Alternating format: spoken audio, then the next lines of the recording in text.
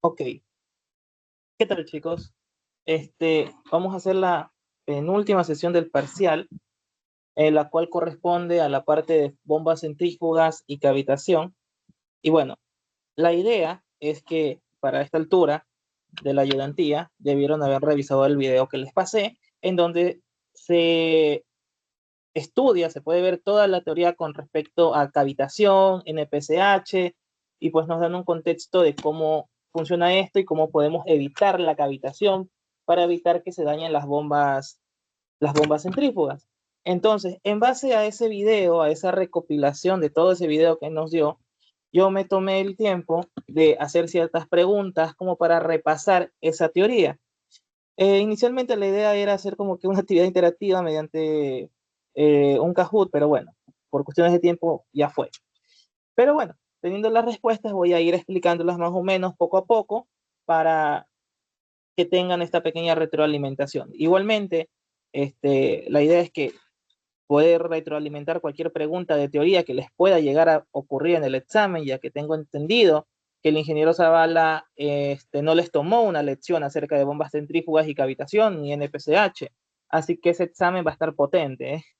Muy probablemente tengan preguntas teóricas y más que nada, si no estoy mal y lo que he hablado con el ingeniero, el examen final va a estar centrado en cosas de NPCH y cavitación. Entonces, por eso, tanto esta última ayudantía como la mega que voy a grabar más tarde van a ir centradas en ese tema. Entonces, ahora sí, una vez explicado todo eso, vamos a la primera pregunta que dice, ¿qué es una bomba centrífuga? Bueno, para haber visto el video, nosotros sabemos que una bomba centrífuga, pues, es un dispositivo que utiliza la gravedad para mover fluidos. Pues, evidentemente, no utiliza la gravedad. Esta no es. Es una máquina que comprime gases para aumentar su presión. No. Es un dispositivo que utiliza vapor para generar electricidad. No. ¿Qué es una bomba centrífuga? Es un dispositivo que utiliza la energía cinética para mover fluidos. Eso es una bomba centrífuga, un dispositivo que utiliza la energía cinética para mover fluidos. Básicamente eso, el movimiento para mover agua, bombas de aceite también, bombas de gasolina que existen, todas esas son bombas centrífugas. ¿Qué más? ¿Cuál es el principal eh, componente que genera el movimiento del fluido en una bomba centrífuga? ¿Cuál sería el principal componente que genera el movimiento del fluido en una bomba centrífuga? En este caso, el principal componente que genera el movimiento es el impulsor, también llamado impeller. ¿No estoy mal? Impeller. ¿Por qué no es el motor? Porque no estamos hablando de potencia eléctrica como tal, sino estamos hablando cuál es el principal componente que genera el movimiento del fluido. El que genera el movimiento del fluido en una bomba centrífuga, o sea, lo que está en contacto con el fluido. ¿Y qué cosa está en contacto con el fluido? Es el impeller, el impulsor. Y más que nada, y el motor como tal, el motor es el motor eléctrico que genera el movimiento en el eje. Pero sin embargo, el impeller aprovecha ese movimiento del eje para mover el fluido, ya que si nosotros simplemente en una bomba no tuviéramos el impeller y simplemente tuviéramos el eje que rota, no pasará nada, o sea, no hubiera movimiento, por más que rotara ese eje, yo que sé, por ejemplo, tenemos un motorcito que tiene su eje, ¿verdad? Así, y esto gira. ¿Ya? Si esto está sumergido en agua, en algo, por más que este eje gire, no va a haber ningún movimiento. Pero si es que yo le coloco el impeller, que es como una especie de hélice, y este impeller gira, ahí sí va a haber movimiento del fluido. Es por eso que aquí dice cuál es el principal componente que genera el movimiento del fluido en una bomba centrífuga, el impulsor, o también llamado impeller. Listo. Siguiente. ¿Qué fenómeno se produce cuando la presión en la entrada de la bomba es menor que la presión del vapor del líquido? ¿Qué fenómeno se produce? Se produce, pues evidentemente, la cavitación. El fenómeno se produce cuando la presión en la entrada de la bomba es menor que la presión del vapor del líquido. Pues eso es, básicamente, la cavitación. Está describiendo lo que es la cavitación. Ya. Este, mmm, quisiera explicar. explicar, aunque creo que capaz con esta pregunta me estaría adelantando. Mm,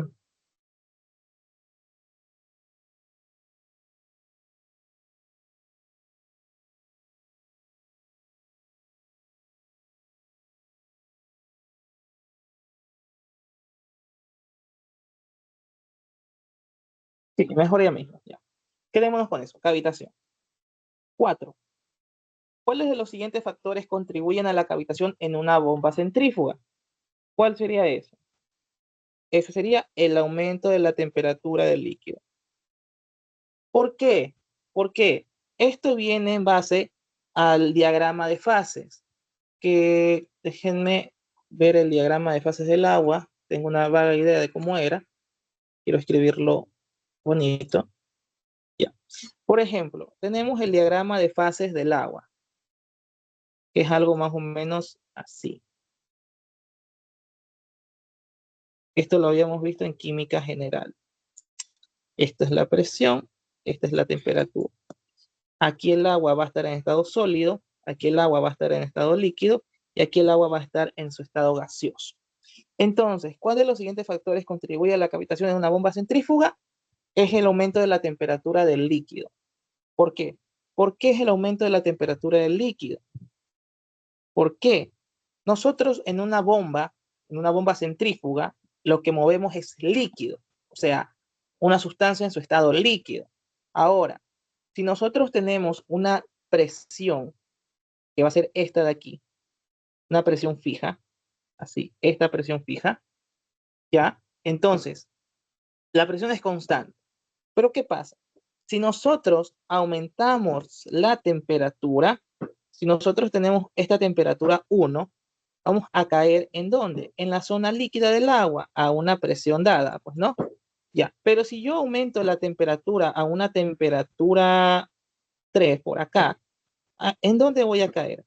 Voy a caer en el vapor y eso me va a generar, pues evidentemente, burbujas de vapor, porque el agua hierve, herviría y eso genera vapor, genera burbujas y eso me provoca cavitación y eso hace que mi bomba se dañe. Por eso dice, ¿cuál de los siguientes factores contribuye a la cavitación en una bomba centrífuga? El aumento de la temperatura del líquido. Nosotros lo que queremos es quedar a la cuenta en este rango de aquí para mantener esa agua, obviamente este es el diagrama de fases para el agua, para mantener el agua en su estado líquido. Asimismo, también podrían preguntarnos la presión también podría afectar, porque si estamos a una temperatura de aquí, a una temperatura esta, una temperatura 4, yo qué sé, y estamos a esta presión de aquí, estamos a esta presión. Si disminuimos la presión por acá y la temperatura se mantiene fija, otra vez caigo en mi zona de vapor. Entonces la presión también podría contribuir a la cavitación, o sea, depende. Por eso, inclusive, ese es el NPCH, que la presión, bueno, no le dicen presión, le dicen cabezal o altura H como tal, pero a la cuenta, la presión a la entrada de la bomba tiene que ser muy elevada para que se logre caer en esta zona. O sea, tiene que ser una presión controlada para estar a la cuenta en esta zona del líquido. Por eso también arriba en la pregunta 3 nos dicen qué fenómeno se produce cuando la presión a la entrada de la bomba es menor que la presión de vapor del líquido. Es por esto, este es el trasfondo. Si la presión de la entrada de la bomba es menor que la presión del vapor del líquido, pues va a ocurrirse cavitación. Porque si el líquido estamos a una temperatura, yo qué sé, nuevamente estamos aquí, en esta parte, ¿ya? Estamos en esta parte de aquí, a una temperatura dada. Pero si mi presión a la entrada de la bomba es menor que la presión de vapor del líquido, ¿qué quiere decir eso? Es menor a esta presión de aquí que yo necesito para que este líquido sea líquido. Entonces, si la presión a la entrada de la bomba es menor que la presión de vapor del líquido, ¿qué va a ocurrir? Va a ocurrir cavitación. ¿Por qué? Porque si la presión es menor a esta presión que yo necesito, voy a estar como que por acá. Y eso va a ocurrirme que tenga vapor y eso va a hacer que tenga mi cavitación, ¿ok? Entonces, esa es más o menos la idea o el trasfondo de todo esto, el diagrama de fases, ¿ya? Entonces, ahí creería yo que estamos como que un poco más claros con esto. ¿Cuáles de los siguientes factores contribuyen a la cavitación? Ya lo vimos. Ya. Y bueno, vamos a avanzar un poquito más rápido porque son algunas preguntas. ¿Qué efecto tiene la cavitación en las bombas centrífugas? ¿Qué efecto tiene? Provoca daño en el impulsor y reduce la eficiencia. Ese es el efecto que tiene. ¿Qué más? ¿Qué significa NPSH? NPSH significa Net Positive Suction Head, que al español esto significa altura neta positiva de aspiración o altura neta positiva de succión. Voy a ponerlo aquí. Altura neta positiva de aspiración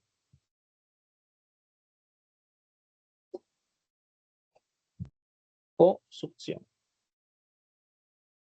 Listo. Siguiente pregunta. Siguiente pregunta. ¿Cómo se puede reducir el riesgo de la cavitación en una bomba centrífuga? ¿Cómo sería? Pues aquí está la respuesta, que es lo que expliqué hace un momento.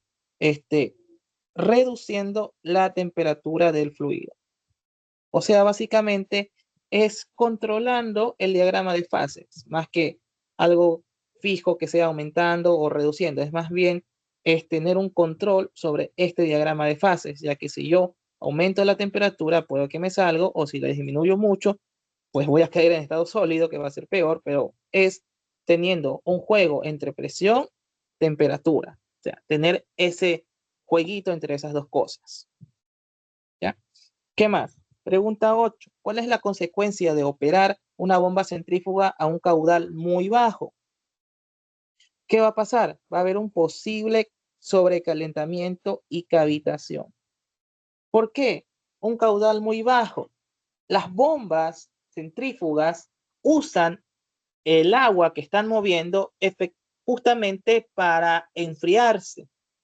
No sé si alguna vez ustedes hayan escuchado que los mecánicos no recomiendan usar los carros a gasolina con el tanque casi vacío.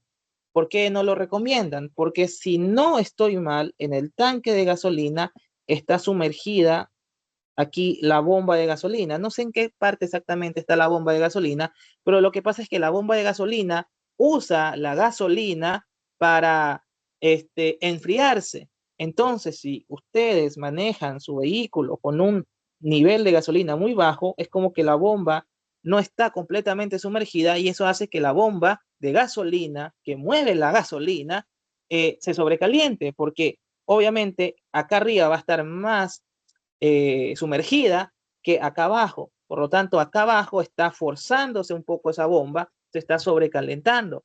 Y por eso, si es una mala práctica manejar los carros con poca gasolina, porque hace que la bomba de gasolina se esfuerce demasiado y pues su vida útil disminuya, su tiempo de vida útil disminuya. Y evidentemente, como hay poca gasolina, un caudal muy bajo, ya no va a succionar tanto líquido, sino que va a succionar parte de aire, y si succiona parte de aire va a haber cavitación. ¿Ya? Siguiente. ¿Cuál de los siguientes parámetros no afecta directamente al NPCH disponible? ¿Cuál va a ser? Eso va a ser la velocidad del impulsor o del impel. ¿Por qué? Porque bueno, esto ya se explica en el video, lo explican de forma muy clara, así que vamos a seguir. Porque simplemente esto queda muy claro en el video, así que no hay mucho que explicar, así que sigamos. ¿Qué ocurre si el NPCH requerido es mayor que el NPCH disponible? Si el NPCH requerido es mayor al NPCH disponible, ¿qué va a pasar? La bomba va a cavitar. La bomba cavitará. Porque lo que yo deseo para evitar daños de cavitación es que el NPSH disponible sea mayor al NPSH requerido. ¿Y el NPSH qué es? Es básicamente, entre comillas, o hablando de forma morocha, es la presión. ¿Qué presión? Presión hidráulica. ¿Por qué es presión hidráulica? Es a la cuenta la presión que ejerce una columna de agua. Si yo tengo un tanque aquí y yo tengo una bomba aquí, Este tanque, como está a una altura Z, evidentemente ejerce un peso, porque el agua pesa. Y ese peso, esa presión, es la que mantiene mi agua en estado líquido, que es lo que yo quiero. Entonces, el NPCH disponible, el NPCH que me ejerce todo este tanque de agua, tiene que ser mayor al NPCH requerido por el fabricante para así evitar que existe el fenómeno de cavitación. Si este es igual, va a haber un margen para que la bomba cavite. Pero si es mayor, esa, entre comillas, presión de agua, presión de la columna de agua, es mayor al NPCH que el fabricante requiere en su bomba, vamos a tener, por así decirlo, una tendencia a cero cavitación. ¿Por qué? Porque vamos a estar aquí, en la zona líquida. Vamos a intentar estar en esta zona. Nuestro objetivo es estar nuestro líquido en esta zona de líquido para su diagrama de fases respectivo, ¿no? Este es para el H2O, en el caso de que tengamos aceite, para el aceite, ¿ya? Entonces, ese es nuestro punto. Y si el fabricante me dice, ten una presión más o menos de aquí, yo voy a decir, no, yo voy a usar una presión acá, para estar justo en este punto, más centrado en el líquido, más justamente en el líquido, para no llegar a esta zona de aquí, que es el vapor. ¿Ok? Entonces, eso, por eso nuestro NPSH disponible, entre comillas, nuestra presión que ejerce nuestra columna de agua, tiene que ser mayor al NPCH que el fabricante requiere, que el fabricante de la bomba estimó, ¿ya? Pero, ¿qué pasa si el NPCH requerido es mayor al NPH disponible? La bomba va a cavitar, porque nosotros tenemos que disponer de un NPCH, tenemos que hacer un escenario para que el NPCH disponible sea mayor al NPCH que el fabricante requiere para su bomba. ¿Ok? Eso. Sigamos. 11. ¿Cuál es una práctica recomendada para aumentar el NPCH disponible? Es reducir las pérdidas en la tubería de succión. Esto se explica muy bien en el video, así que continuemos. 12. ¿Qué tipo de curva característica muestra la relación entre caudal y la altura de la bomba centrífuga? Esa es la curva descendente. Dice, ¿qué tipo de curva característica muestra la relación entre el caudal y la altura de la bomba centrífuga? Es la curva descendente, o sea, caudal, altura de la bomba o cabezal, es una curva así, es esta curva, una curva descendente. Digamos, esto ya lo vamos a ver más a profundidad ya mismo en otro ejercicio, asimismo de teoría. 13. ¿Qué indica una curva de rendimiento en una bomba centrífuga? ¿Qué es lo que indica? Indica, pues, la eficiencia de la bomba a diferentes caudales. ¿Qué indica una curva de rendimiento en una bomba centrífuga? La eficiencia de la bomba a diferentes caudales. La curva de rendimiento es de esta forma. Curva de rendimiento, si no estoy mal, esto es caudal y esto es eficiencia. La eficiencia de la bomba a diferentes caudales en la curva de rendimiento. Igualmente ya mismo vamos a ver un poco más estas curvas. ¿Qué más? ¿Qué significa cuando una bomba centrífuga está cebada? ¿Qué significa? Que la bomba está llena de líquido y lista para operar.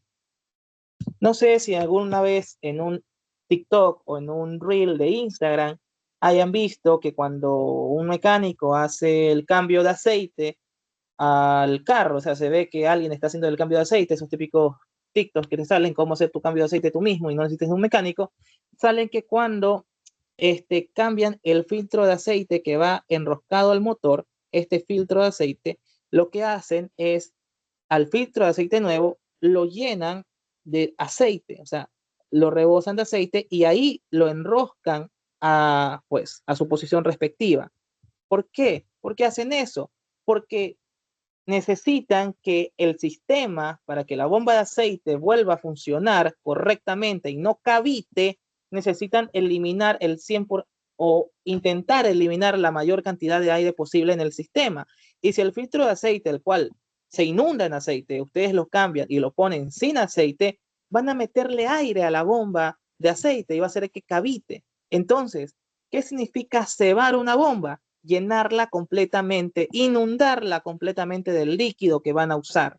Por ejemplo, en una bomba de agua, antes de usar una bomba de agua, tienen que llenar esa bomba de agua con agua, porque si no la llenan con agua, el impeller va a estar girando, girando, girando y no va a estar succionando nada, porque necesitan agua para que esa bomba succione agua. Si está vacía, nunca va a succionar nada, nunca va a llegarle nada y va a sobrecalentarse y se va a dañar por sobrecalentamiento, porque como dije hace un rato, la misma bomba que mueve el agua, usa el agua eh, para refrigerarse. ¿Ya? O sea que a fin de cuentas, cebar una bomba significa que se la llene de líquido, que el sistema esté lleno de líquido el cual van a mover. Eso significa cebar. Siguiente. ¿Cuál es el efecto de operar una bomba centrífuga por debajo del punto de cavitación? ¿Cuál es el efecto de operar una bomba centrífuga por debajo del punto de cavitación? ¿Cuál sería eso? Que no se produce cavitación ni daño en el impulsor o en el impeller. ¿Cuál es el efecto de operar una bomba centrífuga por debajo del punto de cavitación? O sea, el punto de cavitación es tantos, entonces cuando llegue a ese punto voy a cavitar, entonces yo opero por debajo de ese punto, entonces no voy a producir cavitación ni daño en el impulsor. ¿Ok? Que eso es lo que ya hemos explicado hace un rato, pues, ¿no? ¿Qué me dice también? Aumentar la velocidad del impulsor puede reducir mis riesgos de cavitación. No tiene nada que ver eso. Eso no tiene nada que ver. Falso. Siguiente. ¿Qué se puede utilizar para aumentar el NPCH disponible en una instalación de bombeo? ¿Qué podemos hacer? Podemos colocar el tanque de succión elevado. Eso se explica también en el video, no hay mucho que explicar ahí. ¿Qué tipo de fluido es más propenso a causar cavitación en una bomba centrífuga? Fluido con alta presión de vapor. ¿Qué quiere decir un fluido con alta presión de vapor? Que es un fluido que tiende a evaporarse.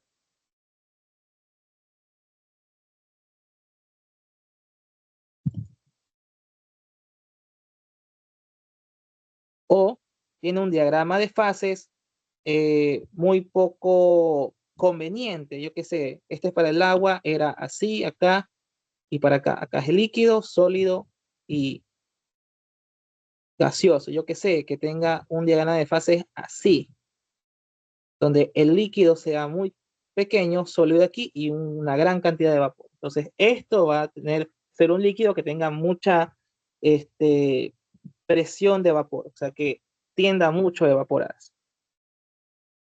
¿Qué más? 18, vamos acá, 19. ¿Cuál es, ¿Cuál es el síntoma más común de la cavitación en una bomba centrífuga? Eso es ruidos de golpeteo o martilleo. Ya, se explica eso en el video muy fácilmente. Sigamos. ¿Cuál de los siguientes es un efecto a largo plazo de la cavitación no controlada en una bomba? ¿Cuál va a ser? La erosión del impulsor y disminución de la vida útil. ¿Por qué? Porque se daña, simplemente se daña. Si la cavitación daña, rompe las bombas. ¿Qué más? ¿Cuál es la relación entre la velocidad específica de una bomba centrífuga y la cavitación? ¿Cuál es esa relación? Que a mayor velocidad específica, mayor es el riesgo de cavitación. ¿Ya? ¿Qué más? ¿Por qué la cavitación de retorno es un fenómeno crítico a considerar en bombas centrífugas de alta carga? ¿Por qué? Porque puede causar un flujo revés momentáneo dañando el impulsor.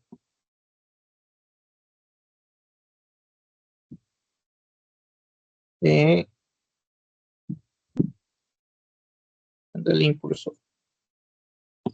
¿Por qué la cavitación de retorno es un fenómeno crítico a considerar en bombas centrífugas de alta carga? Porque puede causar un flujo reverso momentáneo, un flujo reverso, porque es una cavitación de retorno, es un fenómeno crítico, entonces puede causar un flujo reverso momentáneo dañando el impulsor. Y ok, y eso serían todas las preguntas teóricas que podríamos contestar respecto a este tema de cavitación. Sería bueno que las repasen, que vean el video y las vayan haciendo poco a poco cada una ustedes mismos y saquen sus propias conclusiones. Sigamos. Qué más dice? Tenemos otra pregunta, una pregunta teórica, que pues nuevamente les digo que les puede tocar unas preguntas teóricas en el examen. ¿Qué dice? Esta es teoría de bomba centrífuga.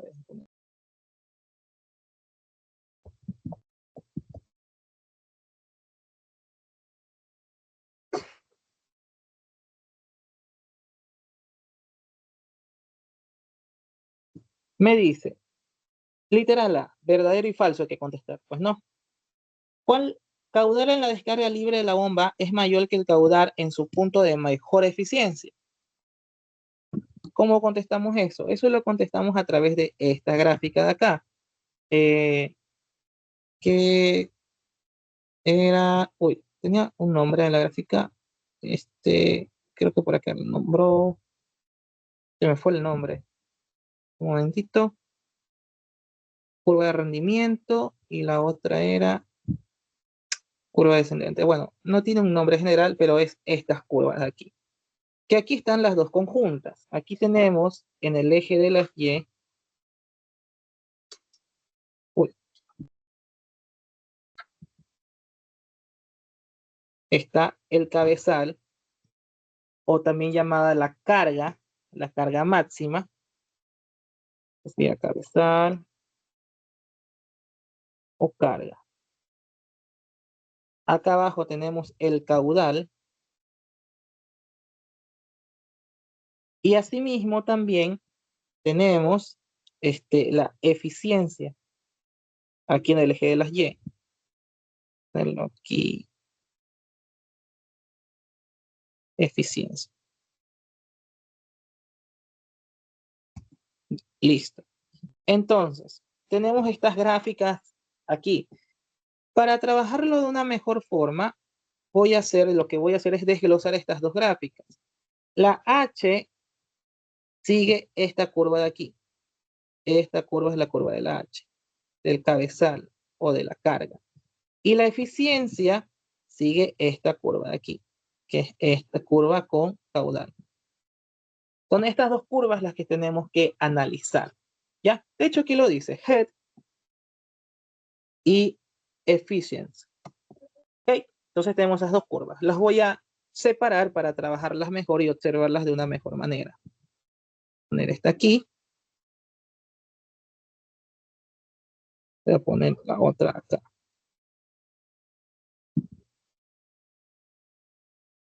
Vuelvo y repito, cualquiera de estas preguntas teóricas les podrían estar tocando. Ojalá que no, porque bueno, las preguntas teóricas sí son un poco quisquillosas, digámoslo así. Esta curva va así.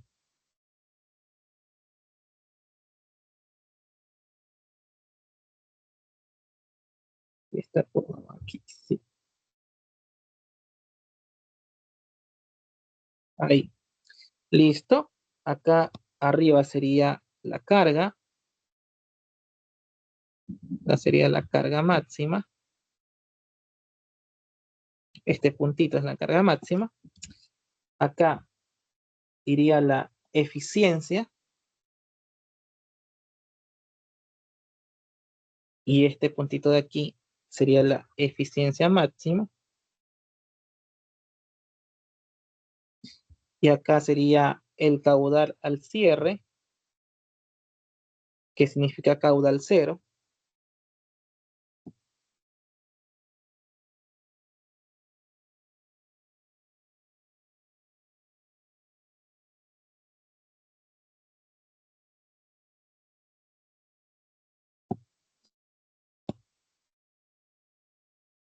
Y acá sería caudal de descarga libre.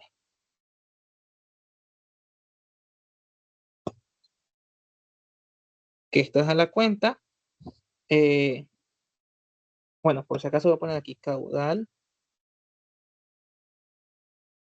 Porque después dicen que caudal es eso, este QC significa caudal cero. No, es caudal cierre.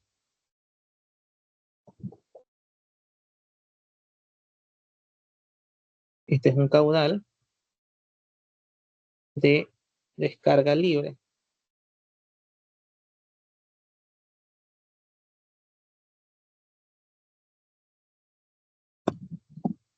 Que significa punto máximo de caudal.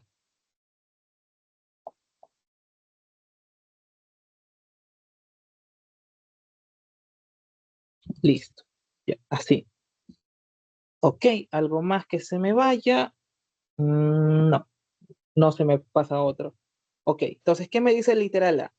Caudal en la descarga libre de la bomba es mayor que el caudal en su punto de mejor eficiencia. El caudal en la descarga libre de la bomba es mayor que el caudal en su punto de mejor eficiencia. El caudal en la descarga libre de la bomba, aquí está el caudal en la descarga libre de la bomba, es mayor que el caudal en su punto de mejor eficiencia. El caudal en el punto de mejor eficiencia es aquí. Entonces, este caudal 1, pues evidentemente es mayor a este caudal 2. Por lo tanto, la primera pregunta es verdadera. Esta de aquí, la A, es verdadera. ¿Listo? B, en la carga al cierre de la bomba, la eficiencia de la bomba es 0. En la carga al cierre de la bomba, en la carga, o sea, aquí la carga al cierre de la bomba, o sea, es básicamente este punto aquí. Porque acuérdense que estas dos gráficas están sobrepuestas una encima de la otra. ¿Ah? Así que en la carga al cierre de la bomba, la eficiencia de la bomba es 0. Entonces aquí está, la eficiencia de la bomba es 0. Efectivamente, en la carga al cierre de la bomba, la eficiencia de la bomba es 0. Aquí está, justo está en 0.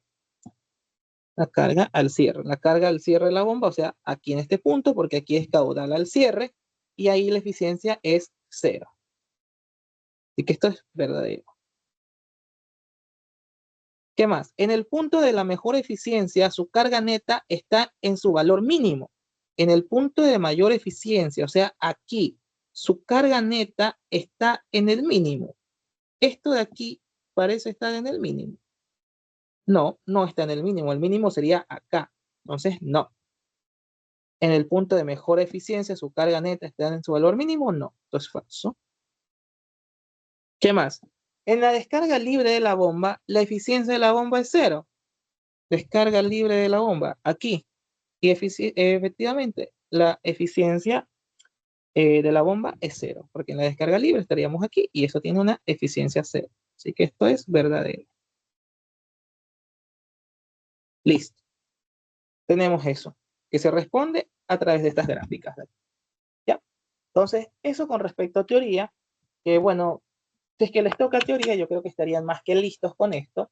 Así que ahora vamos a hacer un ejercicio muy interesante respecto a esto para ir acabando este tema, porque este tema eh, como tal no es tanto, solo que hay ciertas variedades de ejercicios que por ahí en los ejercicios que mandó el ingeniero vi unas cuantas variaciones que sería bueno repasarlas. Así que por ahora vamos con este de aquí y con esto acabaríamos esta sesión y ya iría a la mega. ¿Qué dice?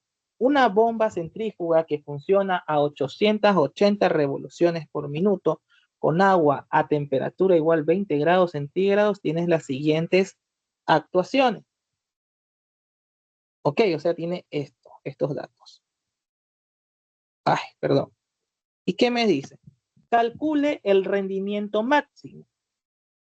Ok, básicamente el rendimiento máximo se lo saca sacando pues la eficiencia.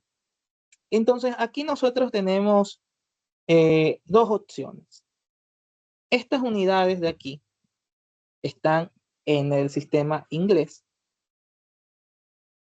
Nosotros podemos llevarlo, si que queremos, lo que podemos hacer es llevarlo al sistema internacional de medidas, internacional de unidades. O sea, estos galones por minuto llevarlos a metros cúbicos por segundo y estos unidades de pie llevarlo a metros. Y el horsepower llevarlo a watts. Podemos hacer eso. Y hacemos eso para todas nuestras columnas. También podríamos trabajarlo en el sistema inglés. Si no estoy mal, galones, sistema inglés. Sí, sistema inglés. Pero ya lo vamos a ver en otro ejercicio para ver. Vamos a hacerlo ahorita transformando las unidades al sistema internacional y en otro ejercicio vamos haciéndolo para el sistema inglés. Entonces, lo primero que tenemos que hacer es, voy a hacer aquí, enumerarlos. 1, 2, 3, 4, 5, 6.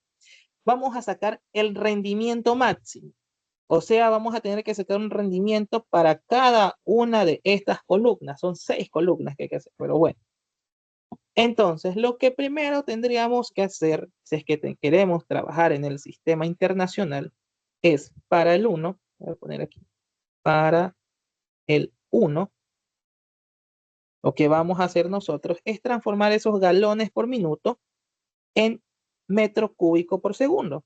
Entonces, aquí tenemos el primero, que el caudal va a ser igual a ¿qué?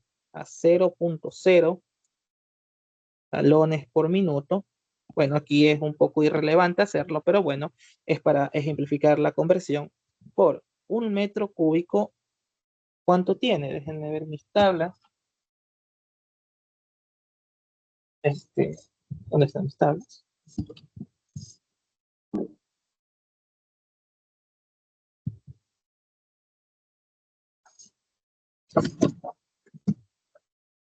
Un galón tiene ¿cuántos metros cúbicos? ¿Dónde está? Eso sería volumen.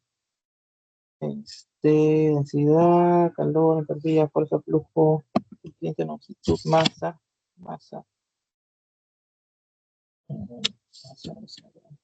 específico, volumen, aquí está. Ya, un metro cúbico son 264.17 galones. 264.17 galones. 17 galones. Ok. Galones con galones se fue y lo tengo el metro cúbico. Yo necesito ahora metro cúbico por segundo. Entonces, digo que un minuto son 60 segundos.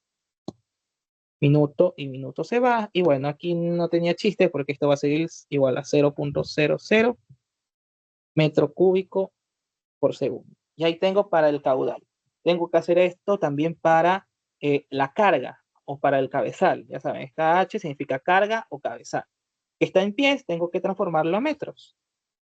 Entonces voy a hacer la ejemplificación acá. La H va a ser igual a 92 pies por ¿cuánto es un pie? Eso sería una medida de longitud. Eso sería, ¿dónde está? De longitud. Un metro. Un metro, un pie es igual a 0.3048 metros. 0.3048. 0.3048, ¿ok? Entonces, sería que 0.3048 metros es un pie. Entonces, pie y pie se va. Y esto me queda igual a ¿cuánto? A 28.0416 metros. ¿Listo?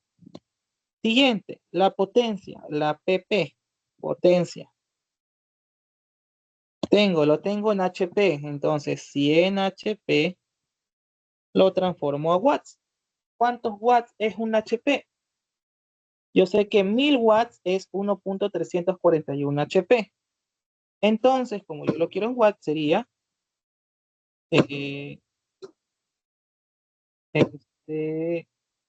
dando ya, perdón.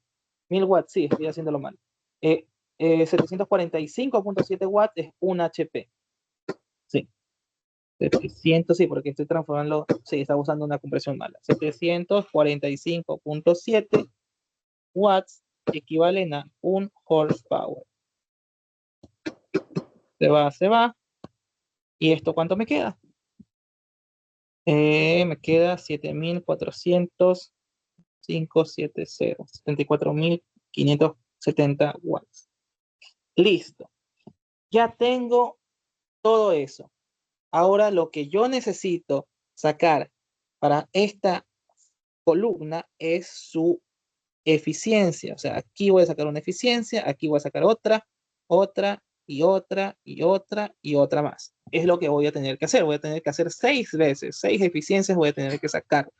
Ya sea que use unidades internacionales o unidades inglesas, voy a tener que sacar 6 valores de eficiencia. Lamentablemente, así es el ejercicio. Así son ese tipo de ejercicio. Entonces, ¿cómo hago esto? Voy a colocarlo acá. Que la eficiencia es igual a la, ¿cómo decirlo? Potencia, no es potencia, es que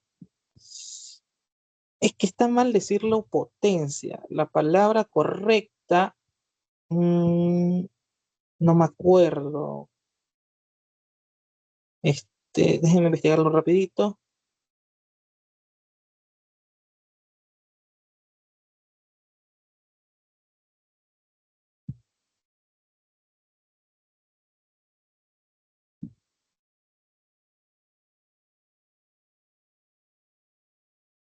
Ya.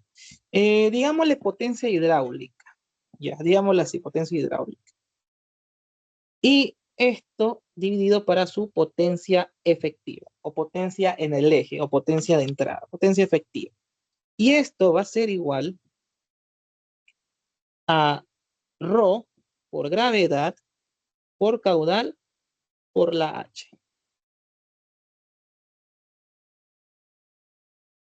Bueno, H mayúscula mejor. Sobre la potencia efectiva va a ser igual a W.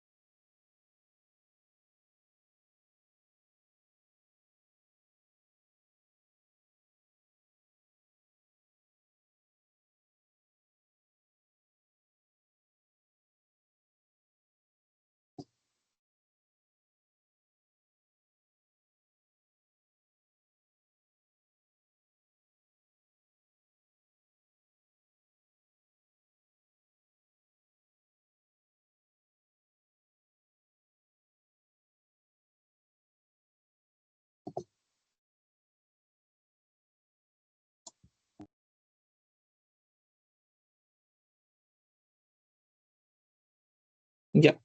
¿En qué estaba? ¿En qué me quedé? Sí, perdón, que tuve que irme un rato. Estamos sacando la eficiencia, ya. Habíamos dicho que la potencia hidráulica, entre comillas, es igual a la densidad por la gravedad, por el caudal, por el cabezal sobre la potencia efectiva. Entonces, teniendo todos esos datos, yo, en primer lugar, voy a tener que ver cuál va a ser este valor de densidad, que el ejercicio como tal no me lo da, pero me está dando este dato de aquí. Me está dando el dato de la temperatura a 20 grados centígrados. Entonces, con ese valor de ahí, yo procedo a ir a mis tablas, estas de acá, procedo a ir a mis tablas, propiedades del agua, para 20 grados centígrados, y aquí veo que para 20 grados centígrados, sería esta columna, esta fila, para 20 grados centígrados, mi densidad va a ser de 998 kilogramos por metro cúbico. Entonces, esa sería mi densidad. ¿Ya? Entonces, ahí está. Entonces, yo voy a colocarlo aquí. Que la densidad del H2O a temperatura igual 20 grados centígrados, me queda que la densidad es igual a 998 kilogramos por metro cúbico. Listo. Entonces, ahí ya tendría todos mis valores. Tendría 998 kilogramos sobre metro cúbico por la gravedad, que es de 9.81 metros sobre segundos al cuadrado, por el caudal, que para mi primera iteración sería 0 de caudal, pero el caudal era metros cúbicos sobre segundos. Entonces 0 metros cúbicos sobre segundos. Y la H, que sería el cabezal de 28.0416 metros. 28.0416 metros. Esto va a ser dividido para la potencia efectiva, que es de 74.570 watts. Y esto, pues, es adimensional, porque tenemos que repartir estas unidades. En primer lugar, este metro cúbico con este metro cúbico se me va. Ok. ¿Qué más me queda? Me queda, y voy a asociar este kilogramo con este kilogramo con este metro sobre segundos al cuadrado. Eso me da un valor de Newton. Esto me da Newton. Kilogramo por metro sobre segundos al cuadrado es Newton. Y si yo a un Newton lo multiplico, entre comillas, lo asocio con un metro, con un valor de metro, eso me da un valor de watts. O sea, Newton por metro da watts. Y entonces me queda que watts arriba y watts abajo se me fue. Y me queda un valor adimensional. Y me queda entonces que la eficiencia aquí, la eficiencia es igual a 0. Esto es igual a 0. Y ahí quedaría. Ahí obtendría mi primer valor de eficiencia, que es 0. ¿Ok? Entonces ahí tengo el primer valor. Y hago esto, como les dije, hago esto para todas las columnas, para el 1, 2, 3, 4, 5. Aquí sería una N1. N1, N1, 0. ¿Ok? Entonces, pues evidentemente no voy a hacer todo eso porque la ayudantía sería demasiado larga. Aquí están mis datos calculados. Aquí ya están todos los datos determinados como tal. ¿Ok?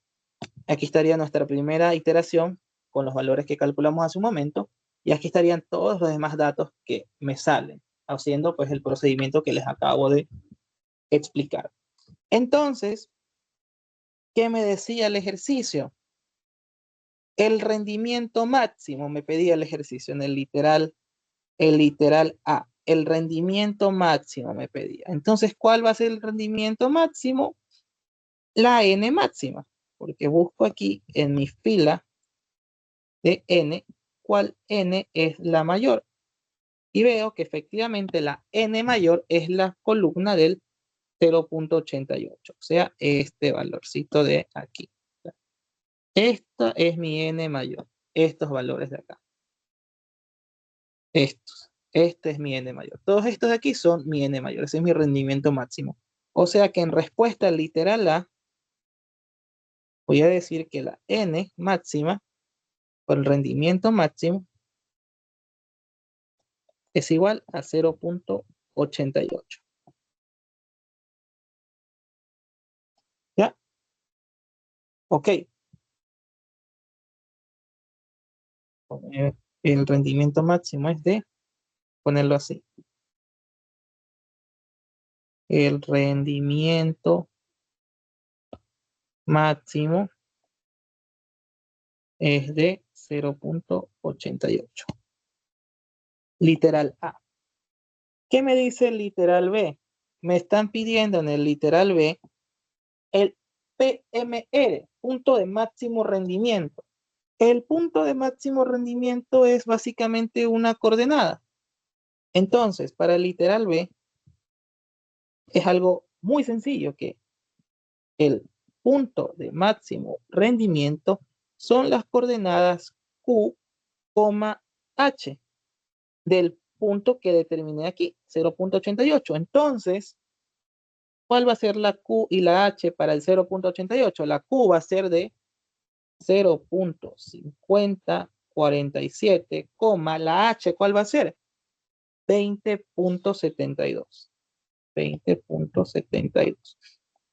Y no nos olvidemos de colocar las dimensiones. Metro cúbico sobre segundos, coma, 20.72 metros. Ese es el literal B. Simplemente poner una coordenada. Literal C, la velocidad específica. Ok, ese literal C lo voy a hacer ya mismo. Vamos a pasar al literal D. Representa en un gráfico la carga de la bomba en función del caudal. Representa en un gráfico la carga de la bomba en función del caudal. Carga de la bomba en función del caudal. O sea, aquí está, literal D, que ya traje la gráfica hecha, que es básicamente hacer ese diagrama que hice hace un rato. El diagrama donde aquí es la H,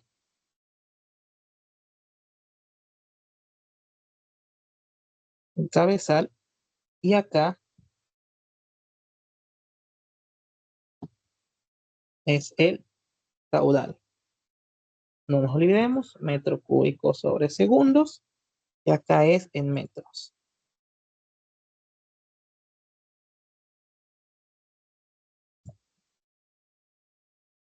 Listo, o sea, básicamente graficar estos valores de aquí. Caudal 0, H28. Caudal 0, una H de 28.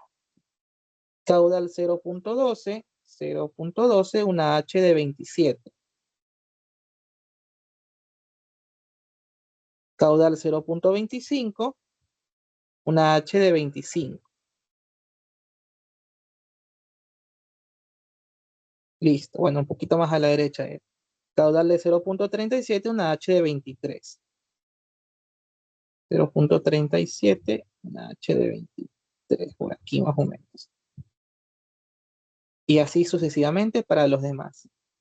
Este es un caudal de 20.72, o sea, más o menos por aquí. Y el otro es de 15, y ya, ahí. Listo, esa sería tu literal D, que simplemente representa en un gráfico la carga de la bomba en función del caudal. O sea, el gráfico HQ. Simplemente graficar esos dos valores. La H ya saben que siempre va en el eje de las y el caudal va en el eje de las X. Y muy importante dejar este espacio de aquí, porque esto no acaba justamente en cero, sino que va así como está. El 0, 1 aquí y el otro 0 va por acá. O sea, no es justo que acaba en ese espacio, o sea, no se topa. O sea, esta línea azul no llega hasta acá y esta línea azul de acá no llega hasta acá, no. O sea, ustedes háganlo como está aquí graficado. Aquí ponen un 0, dejan este espacio para acá y asimismo acá arriba, aquí comienza su punto de 27, ahí dejan, no lo estiran hasta acá, no, simplemente así como está graficado es como deberían graficarlo ustedes. ¿Ya? Entonces eso. Y por último, que me decía el literal A, ya hicimos el B, el D.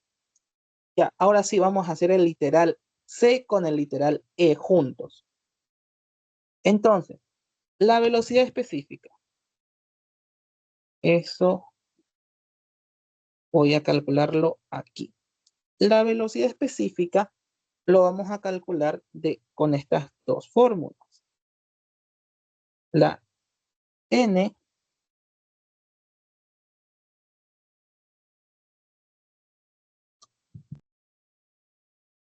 la NSP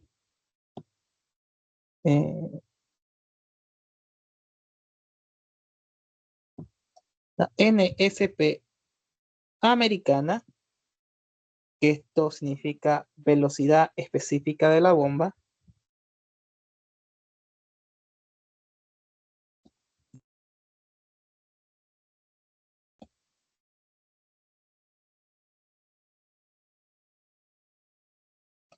pero esta es la americana, lo calculo de la siguiente forma.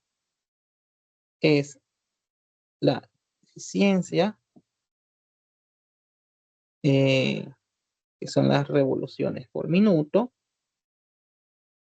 por flujo volumétrico, que está en galones por minuto a la 1/2, sobre el cabezal, que está en pies, que es 3/4.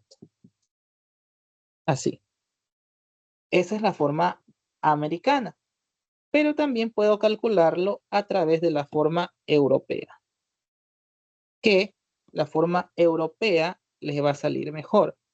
Pero lo malo que la forma europea, sacarla de forma directa, diría yo que es un poco más complicada, así que tendríamos que nosotros sacar la forma americana y a través de un factor de conversión transformarlo a la forma europea. Nuevamente, la eficiencia que va a estar en Hertz por el flujo volumétrico, este va a estar en metros cúbicos por segundos, a la 1/2 sobre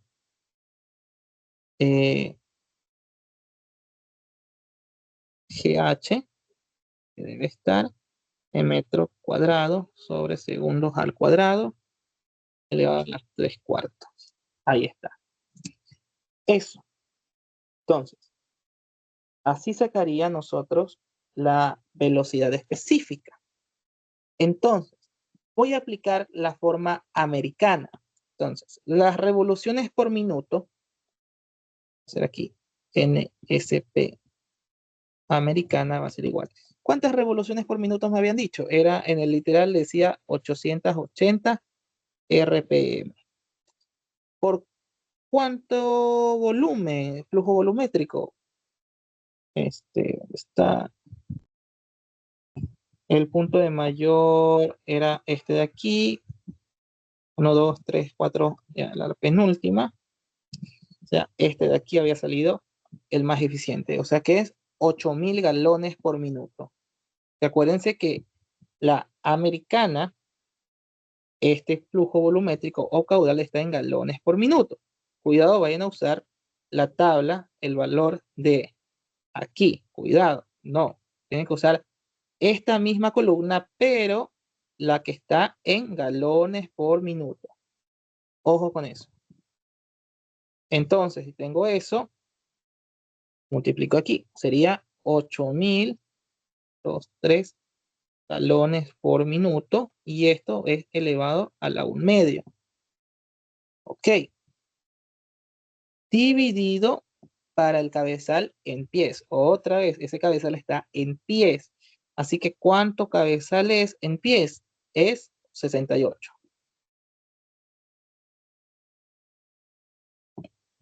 68 pies. Elevado a la 3/4. Y esto me da un valor de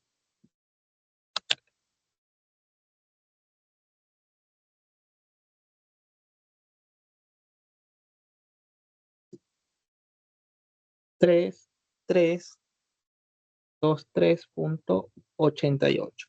Esa es la forma americana. Ok, y hasta ahí nos quedaríamos si no fuera por el literal D. ¿Qué me dice? ¿De qué tipo de bomba se trata? El literal E me pide, ¿de qué tipo de bomba se trata? ¿Cómo determino qué tipo de bomba es? Lo determino a través de este gráfico, a través de esta gráfica de aquí. Pero si se dan cuenta, acá abajo, esta de acá abajo es la escala americana y esta de acá arriba es la escala europea. Y si se fijan, la escala americana es un poco ambigua porque aquí ya estamos en los 2000. A nosotros nos salió un valor de 3.323. Y acá ya está en 5.000. Y la verdad no sabría decir dónde, caramba, estarían los 3.323.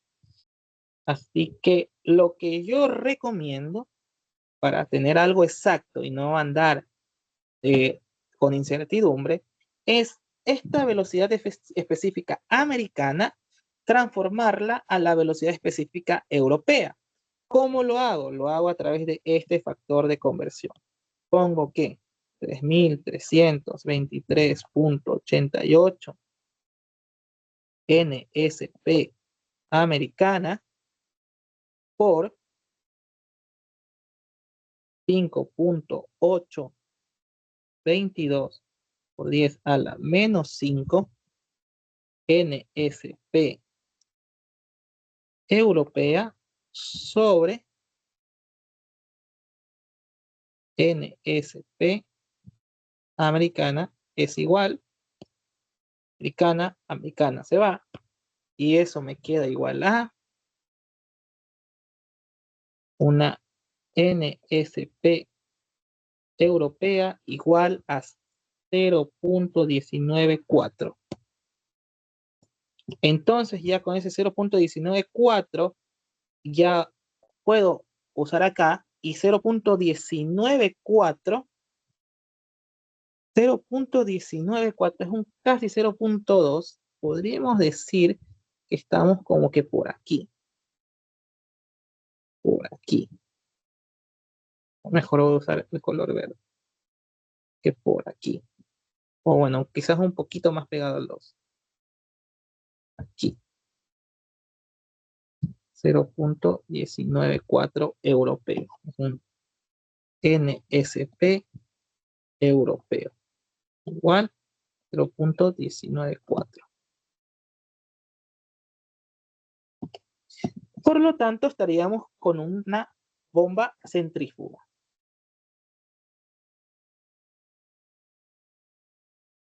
Entonces le pongo una conclusión aquí. Por lo tanto,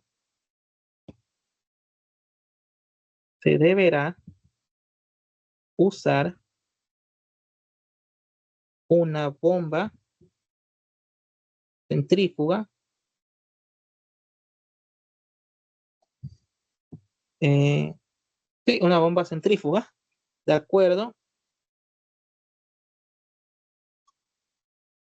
al NSP europeo o americano.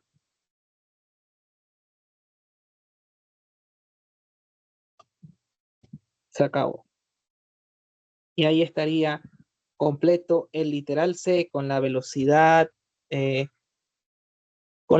específica de la bomba, que es, esta es la respuesta para el americano y esta es la respuesta para el europeo.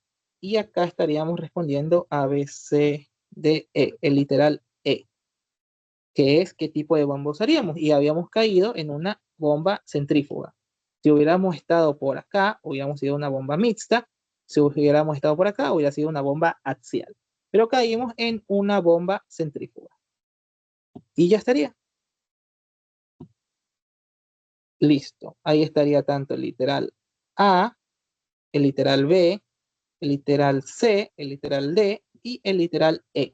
Eso sería todo. Entonces, eso con respecto a este tema de bomba centrífuga y NPSH. Entonces, ya ahorita acabaríamos con esta clase y voy a hacer otra sesión con más ejercicios de esto como tal. Pero aquí en teoría ya estaría abarcada todo lo de estos temas. Entonces, voy a traer más variaciones en otra clase. Nos vemos, chicos.